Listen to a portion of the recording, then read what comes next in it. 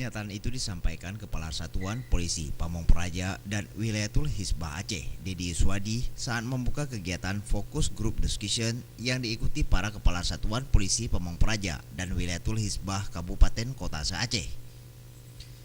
Menurutnya, dalam penertiban para gelandangan dan pengemis yang ada di Banda Aceh, pihaknya akan terus menjalin komunikasi dan koordinasi dengan Dinas Sosial Aceh untuk dilakukan pembinaan.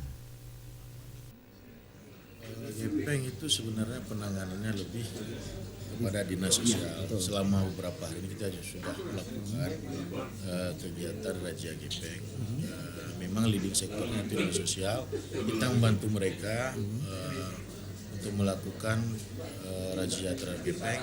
Selanjutnya setelah kita tangkap, pihak dinas sosial yang akan melakukan pembinaan. Sementara kita hanya membantu kegiatan yang mereka lakukan. Sebagaimana diberitakan sebelumnya, Dinas Sosial Aceh bersama personil Satuan Polisi Pamong Praja dan Polresta Banda Aceh menggelar razia terhadap gelandangan dan pengemis di sejumlah sudut dalam kota Banda Aceh, dan dari razia tersebut belasan gepeng berhasil ditertibkan. Tim Liputan Aceh TV.